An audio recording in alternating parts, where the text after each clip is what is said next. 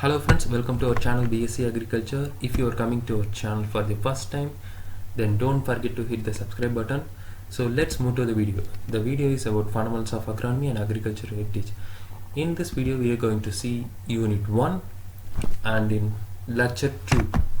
So the lecture name is Indian Agriculture and its economic status as well as the women empowerment in agriculture. So while seeing Indian agriculture is one of the most significant contributor of Indian economy, so which almost employs 60% of the persons in our country, as well as the 43% of the Indian geographical area is covered by agricultural society as well as agricultural lands. So the GDP of Indian agriculture in 2019 is 16.5%. So Indian agriculture almost contributes the growth of socio-economic sector in our country.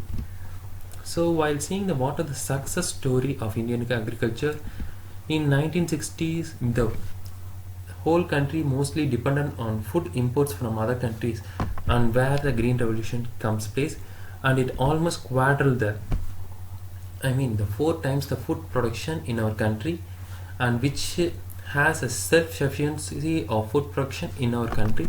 So while seeing what are the aims of Green Revolution is acquiring the more cultivable areas, as well as maintaining the perfect or expanding the irrigation facilities to our country, as well as the improved and high yielding variety of seeds are given to the farmers, so the yield can be increased, as well as implementing better techniques that emerged from agriculture research or developed and practiced in the fields, and go for on-field trials in the farmer field, and also they have used to have a water management, and also they use it to give plant production activities, which is the perfect use of fertilizers as well as pesticides in their fields. So, and while seeing what is the national income, a national income is the measure of total value of goods and services produced by a country over a period of time, especially 1 year. So the national income can also be called as gross national product or national dividend.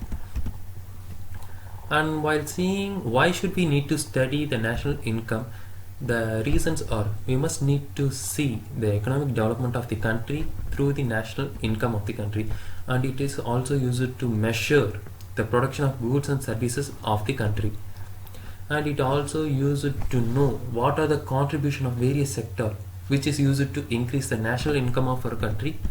So, and while seeing what are the various sectors in our national income of our country, is the first one is primary sector, which almost consists of agriculture, forestry, fishery. These are the sector which mainly gives raw material for the productions. The secondary sector is a processing sector where you can able to have finished products. So as well as the tertiary sector is nothing but the trade, exports, communication, or comes under tertiary sector. These are the 3 sectors which are comes in our national income of our country. So while seeing what are the basic concepts of national income, or there are 4. The first one is gross national product, and the second one is net national product, and the third one is gross domestic product, and the fourth one is net national income. So while saying what is the gross national product, GNP is equal to GDP plus the net property of income from abroad, which is exports and imports of our goods.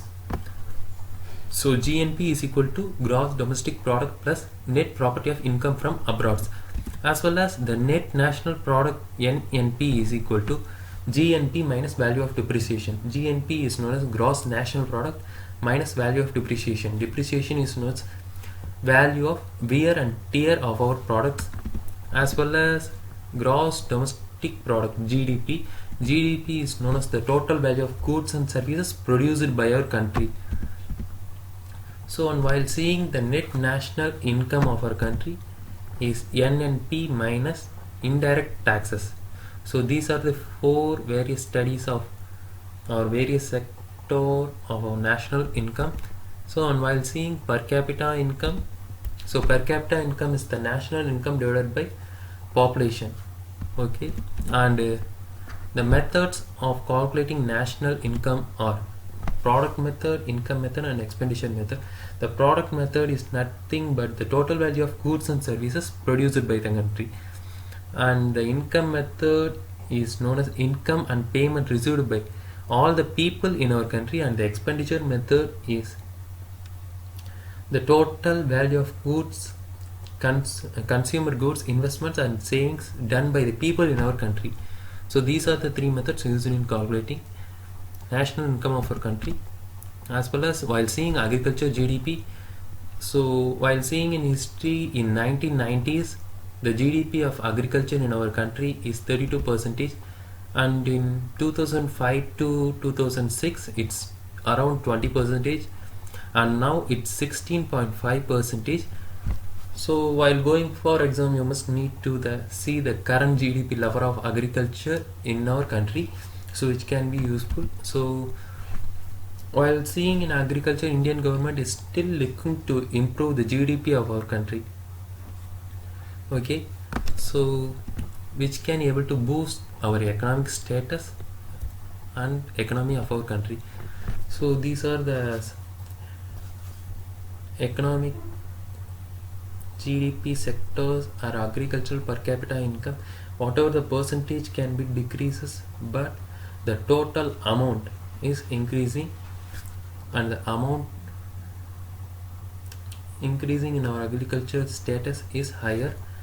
So, and while seeing the woman empowerment in agriculture, this one is the last topic in our lecture. So the women used to play a vital role in variety of activities, from seedling placement in our field to harvest, and they are used to maintain or contribute to maintain a sustainable agriculture development in our country.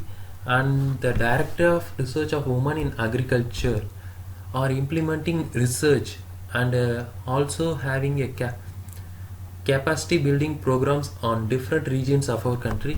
So while seeing, I am going to explain just two policies, the two important policies, which is national policy for the empowerment of women, which is passed in 2001, and in 2010 March 19 in Rajya Sabha, Women's Reservation Bill has been passed, which ensured 33% of reservation of women in the parliament and state legislative bodies.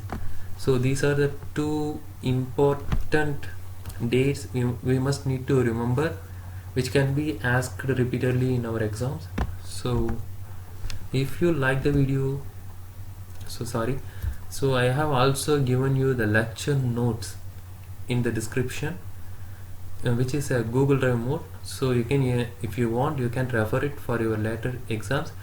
So if you like the video, like it and share it with your friends, and subscribe and hit the bell icon to get regular updates of the video. So thank you.